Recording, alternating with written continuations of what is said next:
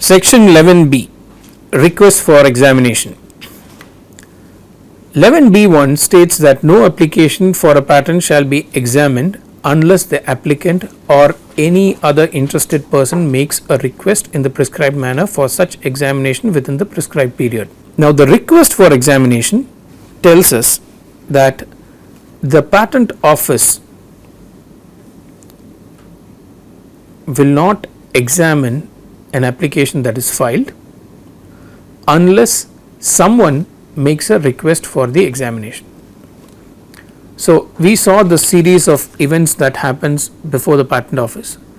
An application is prepared by an applicant, the application is filed before the patent office, and the patent application remains dormant for a particular period of time. The patent applicant could make a request for publication, and we had mentioned this. A request for publication is done under Rule 24A using Form 9. If the patent applicant needs a quicker publication, then he could make a request for publication using Form 9. So, when he does that, then the publication is expedited. So, the publication part is done if the applicant takes a request under Form 9. If the applicant does not make a request under Form 9, then the default case is that upon the expiry of the 18-month period, it is published. There is yet another exception where secrecy directions are pending, in which case if the secrecy directions operate beyond the 18-month period, then the application is published only after the secrecy directions cease to exist. So, we understand this publication timeline as the default case being an 18-month period, but you could use Form 9 to expedite the publication. So, you could, if you file a Form 9 along with Form 1 and 2, when you file the application, it gets published immediately. If you don't file Form 9, then the default case, that is, the application gets published after the 18-month period. And in case there is a secrecy direction pending, then the application gets published only after those directions cease to operate. Publication is mandatory for examination to happen. If an application is not published, then the patent office will not examine it. We have multiple evidences towards this. One part of the act which points us towards that is section 9(1), where a provisional specification which is not followed by a complete specification within the time period of 12 months is treated as abandoned, and what is abandoned is not published. And there is another provision in the act where you could withdraw a provisional, and if you withdraw, that is under 9(3), if you withdraw the provisional specification, again it is not published. So, something which is abandoned is not published, something which is withdrawn is not published.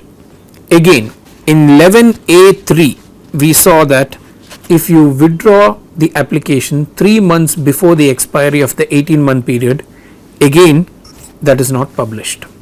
We understand that the patent office will examine an application only if publication happens. So, the publication can vary, publication is bound to happen if you don't do anything at the expiry of the mandatory period of 18 months, and if you do something like expedite the publication, it could happen earlier.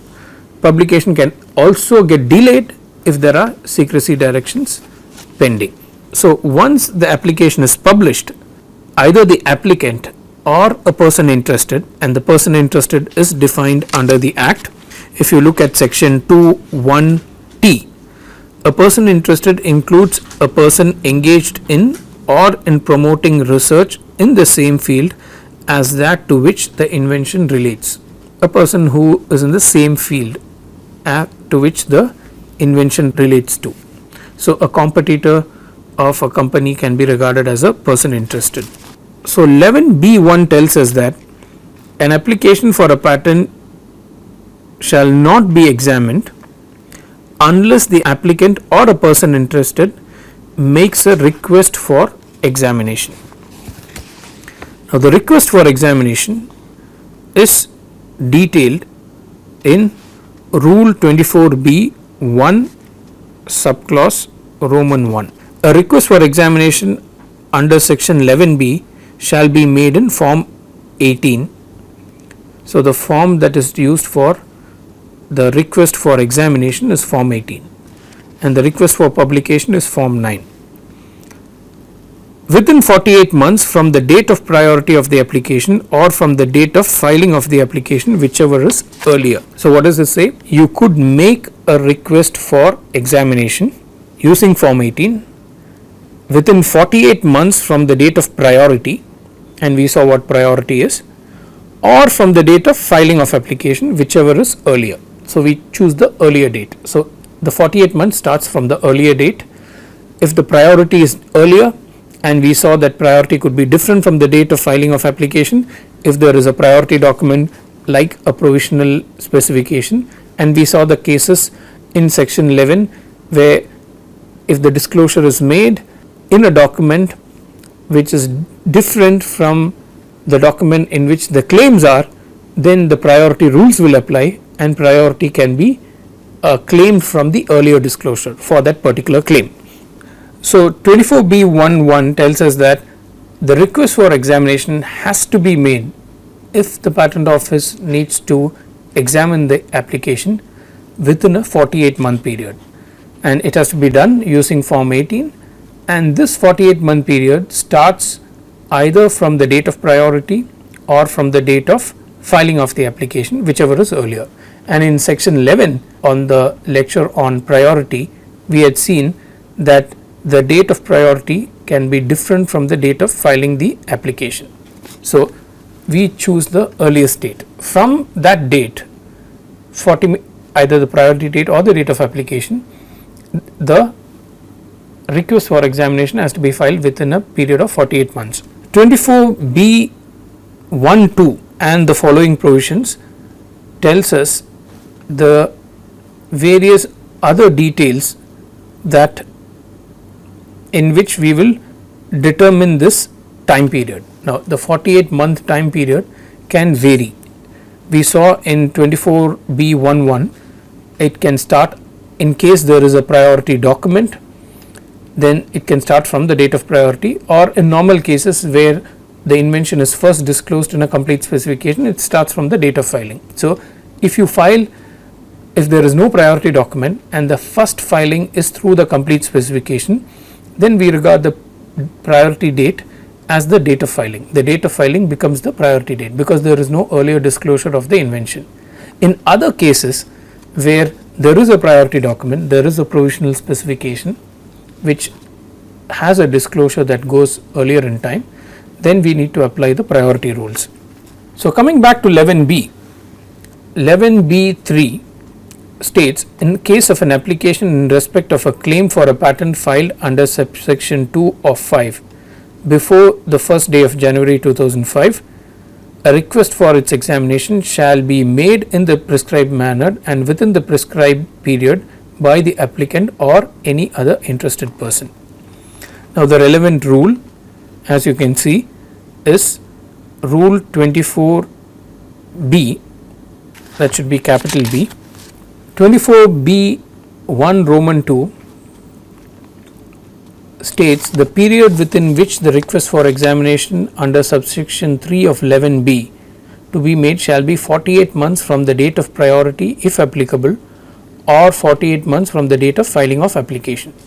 Now, this is the same rule as you saw in 24B11, but in this case it is specifically tied to section 5.2 applications, and we had already mentioned that section 5.2 applications were a special set of applications which were filed during the transitory period between 1995 and 2005, and the time period for making a request in those cases will run from the date of priority or from a 48-month period from the date of filing.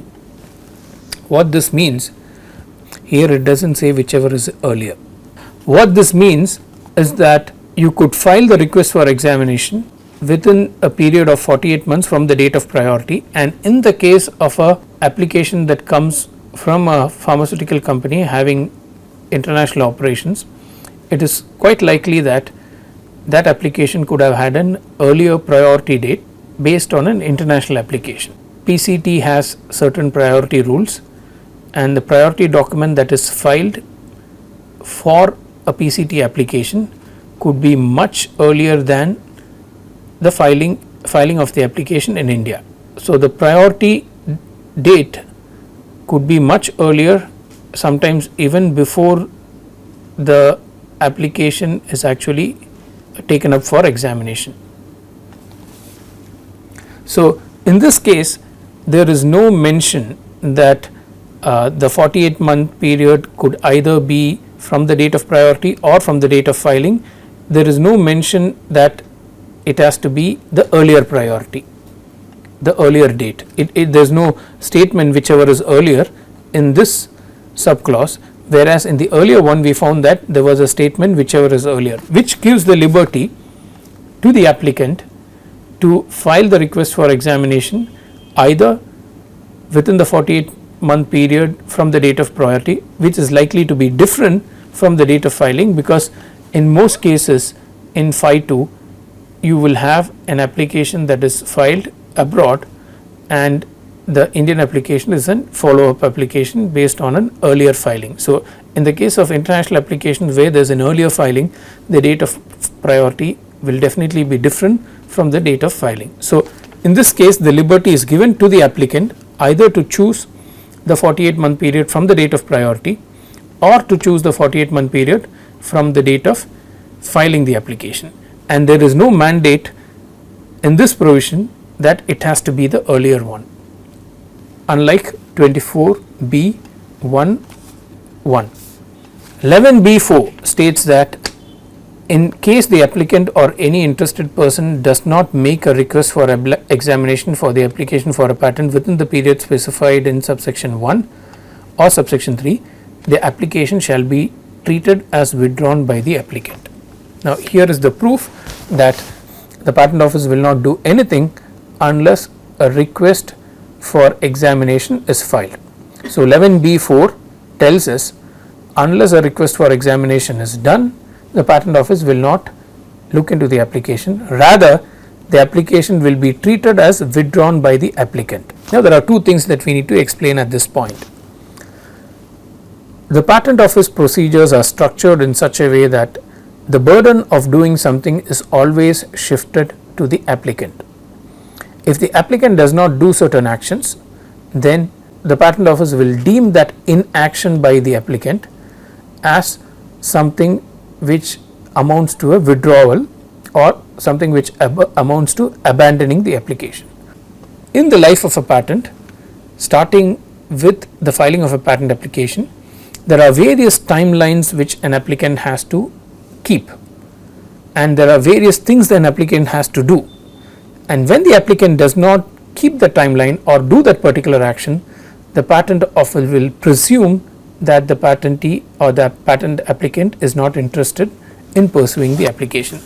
This is largely done because patents are filed in most cases where the technology covered by the patent is in its initial or the nascent phase.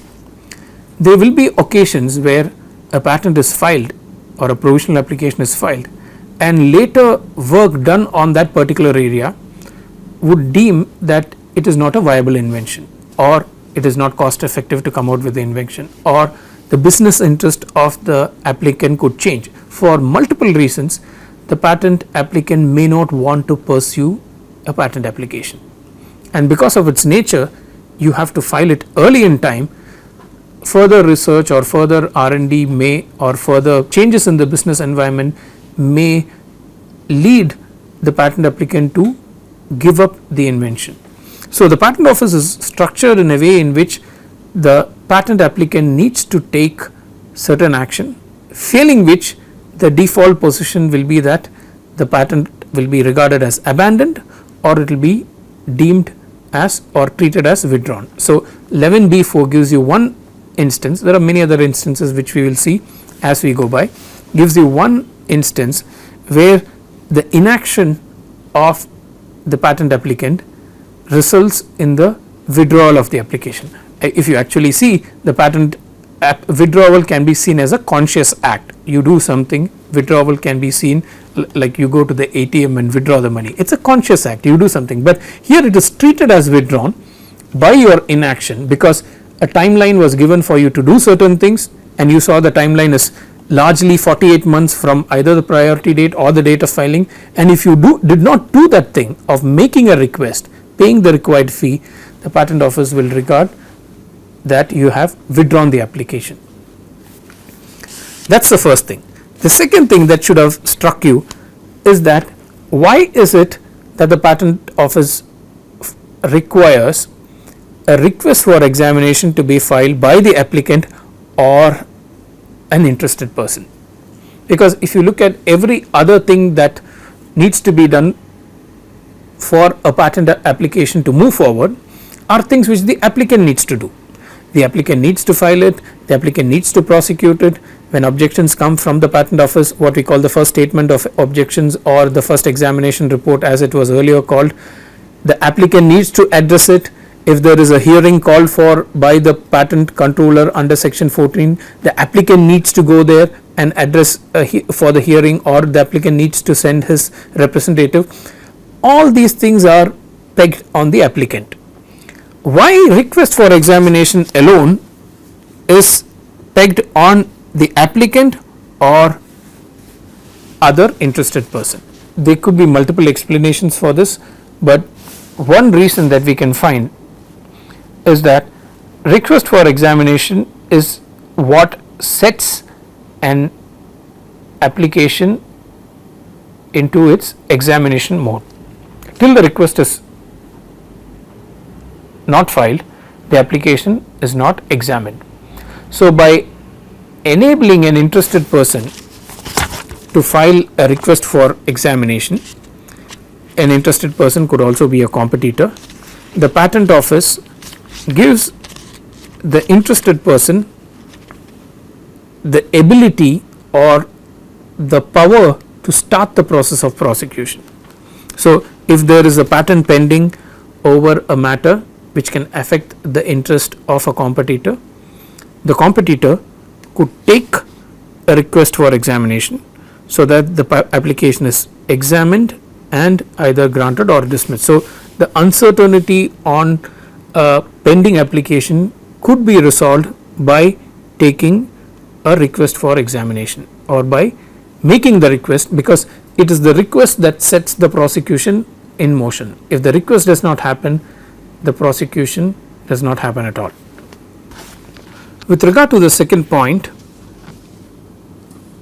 interested person is understood as a person who could be a competitor. We get that from the language of section 25(2), which talks about post grant opposition or opposition after the grant, where it is mentioned that at any time after the grant of a patent but before the expiry of a period of 1 year from the date of publication of grant of a patent, any person interested may give notice of opposing the patent. It goes on, continues. So any person interested under the act could mean a person who has a competitive interest.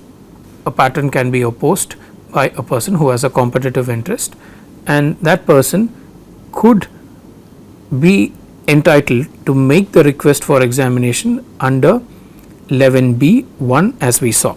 If you look at form 18, if the request for examination is made by an interested person, then the interested person is required to give evidence of interest in the application for the patent.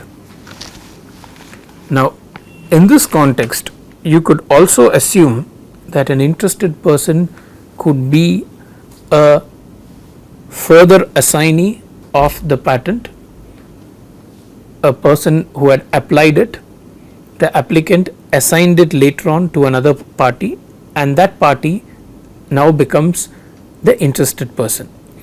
Or it could be a person who has an interest in the application. We will find that you could transfer an interest in the application as you can transfer an interest in the patent, and because of the interest in the application, the person now wants the application to proceed. So a person interested could be understood as a person who has a competing interest and also who has an interest in the application itself. Interest could be by a future assignment, or it could be, say, by the interest that is accrued through a legal process. Say there was a company which went into bankruptcy and it was later acquired by another company. So there could be, or by merger. So there could be various mechanisms by which a person could become an interested person. Form 18 requires the interested person to demonstrate his interest by filing evidence. Now 11b4 states that if there is no request made, the application shall be treated as withdrawn, provided that the applicant may at any time after the filing of the application but before the grant of the patent withdraw the application by making a request in the prescribed manner. Now this is a blanket provision, and this withdrawal is done by using Form 29. Form 29 talks about withdrawal of application, and the language is quite clear: any time after filing the application but before the grant. If you need to withdraw an application after filing it, obviously any time before the grant, you are going to use this form. Now the question may arise, how do you withdraw an application before the expiry of the 18-month period? Now section 11A3 tells us that you could withdraw an application 3 months before the expiry of the 18-month period. How do you do that? Form 29. Though Form 29 is mentioned in the context of 11b4, the wording in 11b4(1) tells us that it is broad enough to cover any withdrawal at any time before the grant. So the language of 11b4 is broad enough to cover any withdrawal at any time after filing the application but before the grant, and the Form 29 is the form that you would use. And 2, in any case where secrecy direction has been issued under section 35, the request for examination may be made within the prescribed period from the date of revocation of the secrecy direction. When we come to section 35, we will see that once a secrecy direction is made, it can either be renewed or it can be revoked. So if it is renewed after a period of time, then it continues to exist, or if it is revoked, then the request for examination has to be made within the prescribed period. Now this prescribed period is also mentioned in Rule 24B. Rule 24B 1(3). It's again, try to understand this. The request for examination as a rule has to be made within 48 months. When the 48 months starts is what you need to understand. It starts from the priority date. If there is a priority document, it may start from the date of filing the application. If that is the first disclosure, it may start from the date of revocation of the secrecy direction. That is what is mentioned in 24B 1(3). The request for examination under subsection 4 of section 11B shall be made within 48 months from the date of priority, or from the date of filing the application, or within 6 months from the date of revocation of the secrecy direction, whichever is later. So the default provision is 48 months from the date of priority or from the date of filing. Where a secrecy direction is issued, 6 months from the date of revocation of the secrecy direction. So that's a third element, whichever is later. Now if the secrecy direction continues beyond the 48-month period, then it has to be 6 months from the revocation of the secrecy direction. So after the secrecy direction is revoked, within 6 months you need to make the request for examination. 24B13 continues the same rule as mentioned in 24B11, which is a request for examination of an application shall be made within 48-month period, and that period can start either from the priority date or from the date of filing. If there is a secrecy direction and if it goes beyond this period, then when the secrecy direction is revoked, whenever it is revoked, within 6 months you can take the request for examination. Though 11B does not talk about divisional application, Rule 24B has also provided for the other cases where the timeline for making a request for examination can change. That is mentioned in Rule 24B1 Roman 4. A request for examination of application as filed according to the explanation under subsection 3 of 16 shall be made within 48 months from the date of filing the application or from the date of priority of the first mentioned application, or within 6 months from the date of filing the further application, whichever is latter. When divisionals are filed based on a main application or a parent application, in a normal case the request for examination shall be made within 48 months from the priority date or from the date of filing the application, or within 6 months from the date of filing the further application, which is the divisional. So if a divisional is filed, then you have time to make the request for examination. Divisional is normally filed after the main application. You have time to make the request for examination within 6 months of filing the divisional. That is what it says. And 24B15 states that the period for making the request for examination under section 11B of the applications filed before 1st of January 2005 shall be the period specified under 11B before the commencement of the Patents Amendment Act 2005, or the period specified under these rules, whichever expires later. The Patents Amendment Act provided for when the request for examination has to be made for applications filed under section 5(2), and if they don't apply, then the rules prescribed herein will apply, whichever expires later. Again, this is a transitionary provision for section 5(2) application.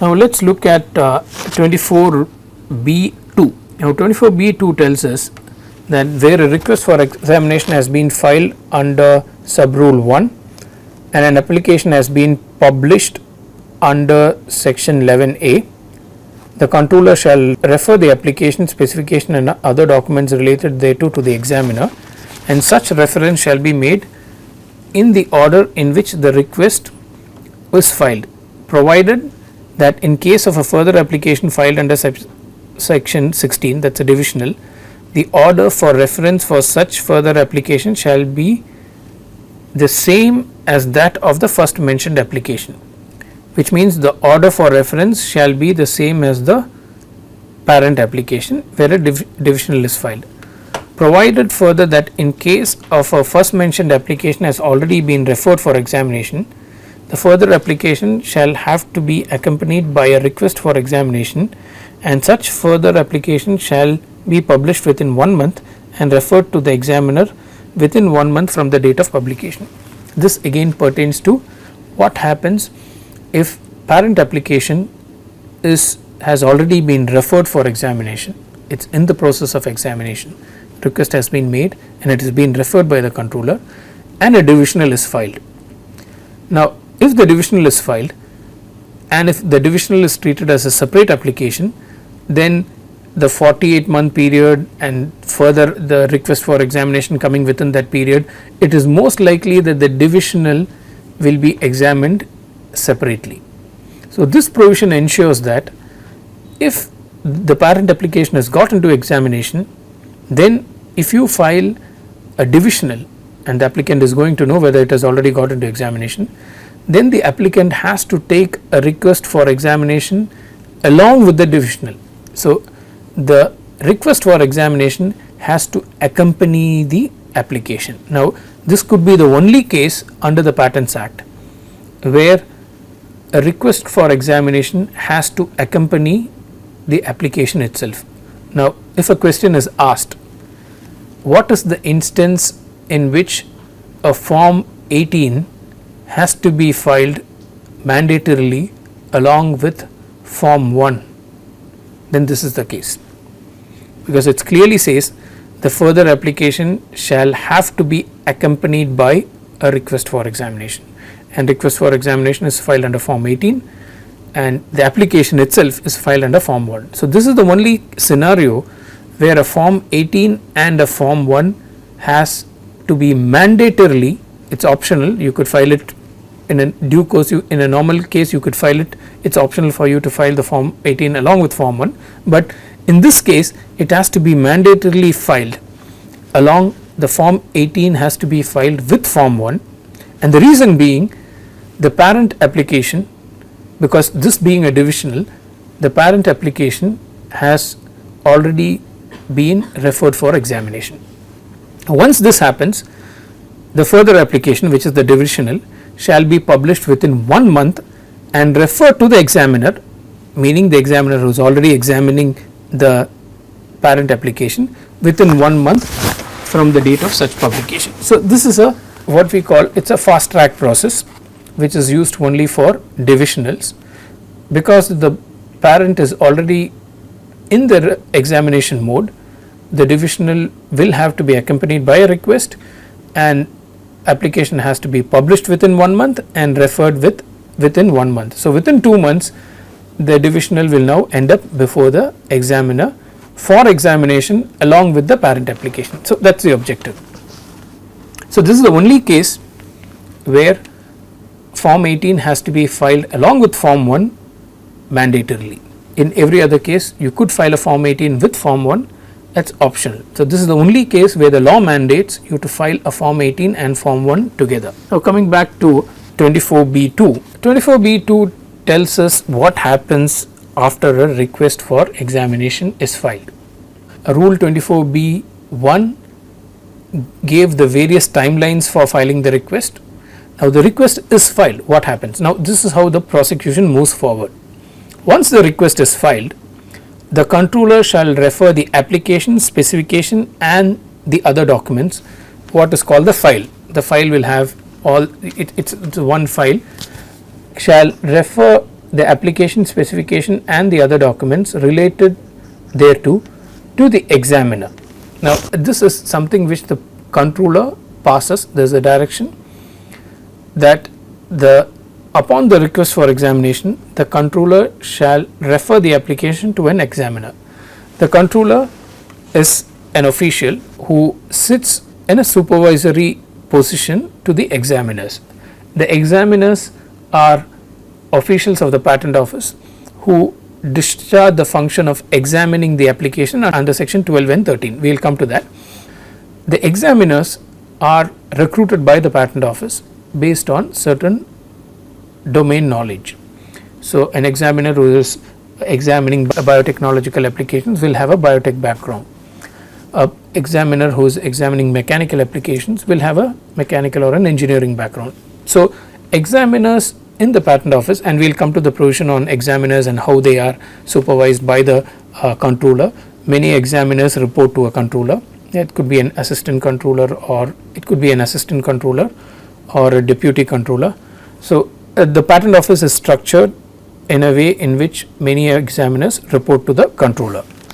Now, once the controller refers the matter to the examiner, such reference shall be made in order in which the request is filed. So, the controller is going to refer the matters for examination to the examiner in the manner in which the request is filed. So, the request for examination will determine how the matter moves for prosecution, not the order in which you file the patent application. This is an important point, because patent applications can be filed to preserve priority, but examination, request for examination will determine how quickly your patent application moves within the patent office.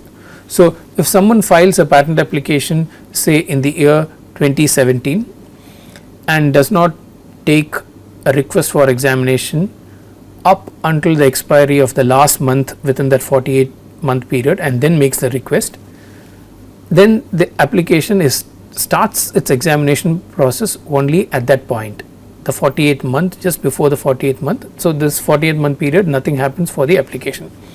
Whereas another applicant who files soon after this applicant in 2017, but he wants to expedite the examination, he could file a request for form under form 18 along with the application, and when that happens, his application would be taken up for examination much before the applicant who filed before him.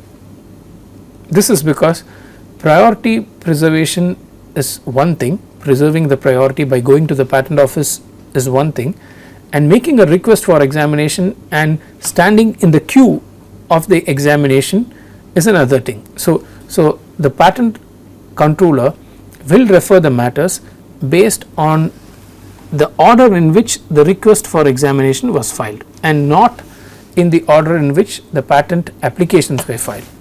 Now, the only exception to this rule, that the patent controller shall refer the matters for examination in the order in which the request for examination is filed, is a matter pertaining to divisional application.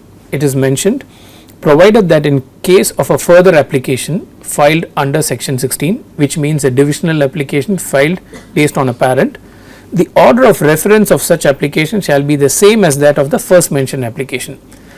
The divisional, which is also called a child, is always tied to the parent. The divisional, because it is tied to the parent, will be examined along with the parent.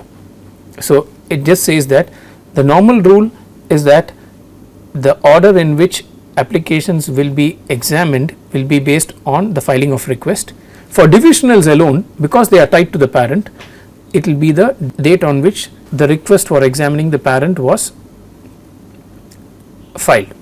So, as long as it is possible to club a divisional application with its parent, it will be examined with the parent.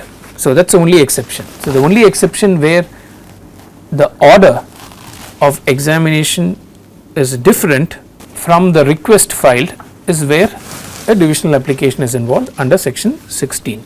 24B Roman 2 states that the period within which the controller shall make the report under subsection 2 of 12 shall ordinarily be 1 month, but not exceeding 3 months from the date of reference of the application to him by the controller. Now, we saw that the controller refers the application to the examiner. That is a process. Once a request for examination is made, the controller refers the application to the examiner.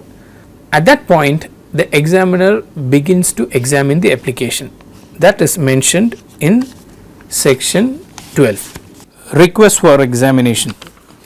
We had seen in section 11B that a request for examination can be filed by the applicant or by an interested person.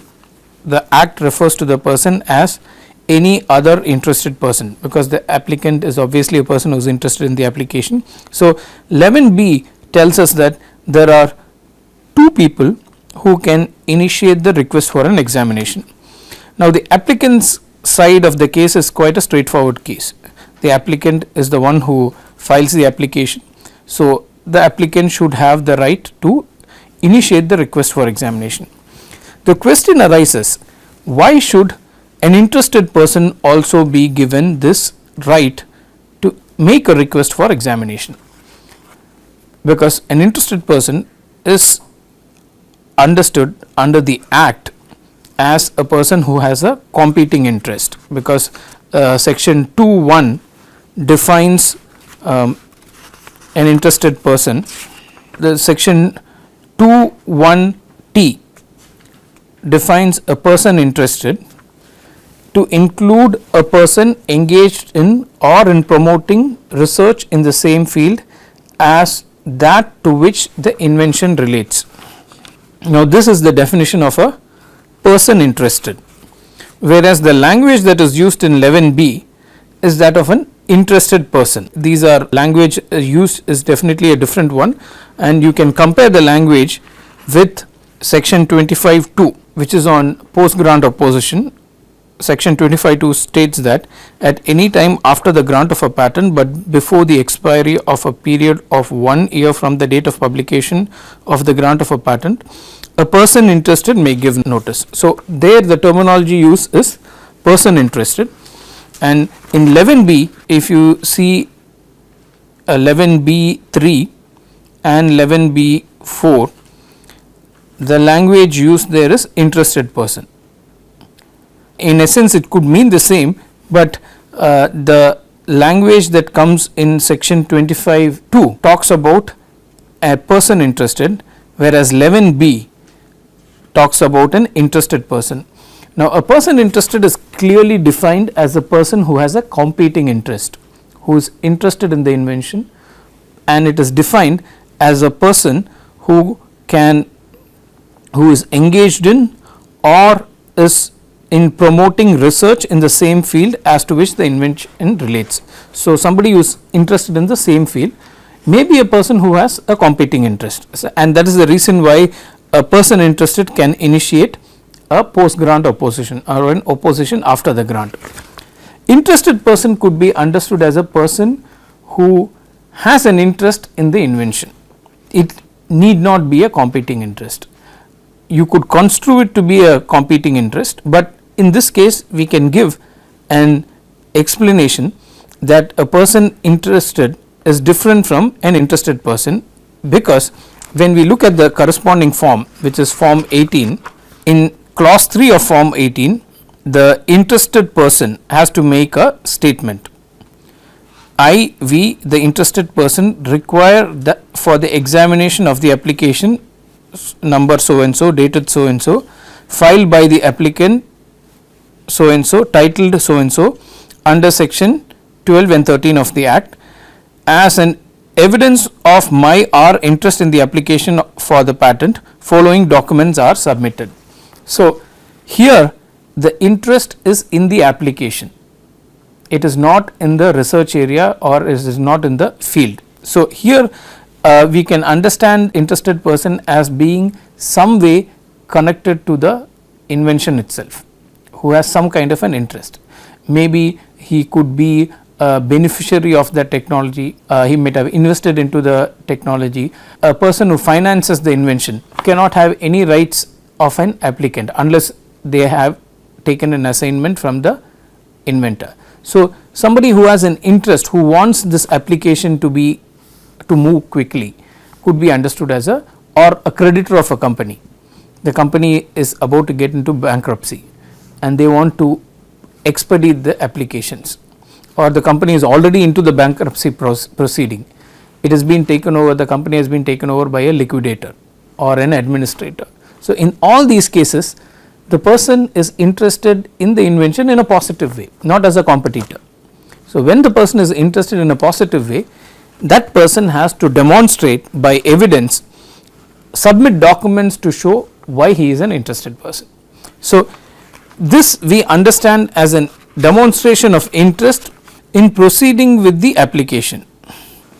So, we understand the language in 11B that an interested person, we understand that in the light of form 18, where document or evidence of interest has to be demonstrated, and we understand that as an interest in the application. Now, there is another interpretation you could give, because when an application is filed and an application does not move forward unless a request for examination is made, if a party wants to proceed with an opposition, if a party wants to proceed with a pre-grant opposition, then that party that files a pre-grant opposition will not be able to proceed with the opposition unless a request for examination is filed, because unless the application is examined, the opposition proceedings will not be considered, because in the sequence of events, if you see the language of section 43, only when the application is made ready for a grant. 43 says that where the application is found to be in order for grant. When the application is found to be in order for a grant, then the controller will see whether there are any objections for not granting the application. He can look at whether the application has not been refused by the controller by virtue of any of the power vested by him, or the application has not been found to be in contravention of any of the provisions of the act. When there are no objections on the application, only then the controller grants the application. In practice, we know that once the examination process is over and the application is found ready to be in order for a grant, then the controller will look at whether there are any pending pre-grant oppositions. So, pre-grant opposition in practice is considered after the prosecution process is over, because whatever the office has to do, the office has done it, the applicant has got over all the objections raised by the office, that is the controller, and it is found to be in order for a grant. There is nothing that stops the application from being ordered. At that point, the software system now will raise an thing that you can't grant this because there is a pre-grant opposition pending, either one or multiple. Then it is then that the controller starts hearing the pre-grant opposition. Now, this is how the practice is set, and if you look at various orders of the controller on pre-grant opposition, you will understand that the FER was filed, objections to the FER were met, and only then the pre-grant opposition was considered. So, pre-grant opposition in practice is not considered while the applicant is prosecuting the patent. In India, we do not have a case where a copy of the pre-grant opposition is sent along with the FER. That is not the case here. The FER is sent based on a report of the examiner, the applicant gives responses to the FER, that happens back and forth, then it reaches a point, if there are objections under 14 and 15, it is overcome and the controller is inclined to grant the patent. Only then he looks at the whether there is a pre-grant, because if the controller rejects the patent on his own using his powers of prosecution, then there is no need to look into the pre-grant at all, because anyway it is going to get rejected. So, there are many cases where, including the case involving Gilead's drug Sovaldi, where the controller had independently rejected the patent application even when there was a pre-grant opposition pending. He had independently rejected, but later on it came to be granted because of some other proceedings. But in a case where there is a pre-grant opposition pending, the controller will still try to address all the issues on his own before he looks into the pre-grant opposition. So, in every case a pre-grant opposition is taken up for consideration. In all the cases, we can assume that the applicant has got over all the objections raised by the controller. So, that is a sequence of events. Controller raises objections based on the examiner's report, the applicant gets over it, only then they consider pre-grant. So, pre-grant, that is a way also to ensure that the workflow is managed in a better way, rather than sending a pre-grant objection in parallel, also sending the FER in parallel, just to find out that the FER has already raised and the patent will not get granted. Not just that, there are various cases where the applicant may abandon the application after the FER is sent. They will not reply back, or they will not comply with the timeline within section 21. If you do not do within something within the timeline, it is automatically deemed to be abandoned. So, the controller will allow all these things to pass. If the applicant is interested in still prosecuting it, he gets over all the objections, only then they will consider the pre-grant. So, the pre-grant is normally considered after the application is made ready for a grant. So, now assume a case where there is a pre-grant is filed and the application is pending, no request for examination. You know that there is a 48-month period for you to file the request for examination, no request for examination is filed. But assume that the pre-grant opponent is in a hurry, he is sure that this patent will get revoked, so he wants to expedite it. In that case, if the pre-grant opponent also is a person interested, then he may file a request for a examination using form 18, but the only problem is the patent office will have to understand these two terms as one and the same. A person interested and interested person, though they have been used in different contexts, if the patent office understands a person interested as an interested person, then we can say that a person interested can file a request for examination. There is no clarity on this. We have not seen any decisions of either the controller or the high courts on this to say that a person interested and an interested person are one and the same. If we take that line, it means that a person who has filed an opposition, pre-grant can be filed by any person, it may not be a person interested, any person, but if that person has an interest, then that person can actually expedite the examination by taking an request for examination. If the applicant wants to delay examination, say he wants to take the examination request only after 40 months or just before the 40th month period, an opponent who has already filed a pre-grant, because pre-grant can be filed by any person including a person interested. Say a competitor files a pre-grant, the competitor can, if this interpretation is allowed, that a person interested and an interested person are one and the same, in the English language they are one and the same. If under the act also it is understood that the person interested and interested person are one and the same, then a person who has filed a pre-grant can take an application to start the examination process, because the examination process only starts with the request for examination, because we saw that the queue for the examination is different from the queue of filing. Filing is based on priority date and you get the priority date based on filing, but what gets taken up for examination is completely different, that is based on the date on which you took a request for examination. So, if you filed late, but you filed a request for examination on the date of filing itself and a request for publication, then your application will be published and it will be taken up for examination. Your examination will be much quicker than a person who filed before you but waited for 48 months. So, we would understand this provision that an interested person, in common English language, an interested person and person interested means the same. But if you look at form 18, an interested person has to have an interest in the application. That again is, you could say that an opponent is also interested in the application, he has some interest, business interest.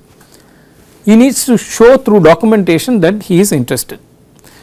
If you look at form 7, which is the form that is used for filing a post grant opposition, there is no demonstration of interest or any document that is required.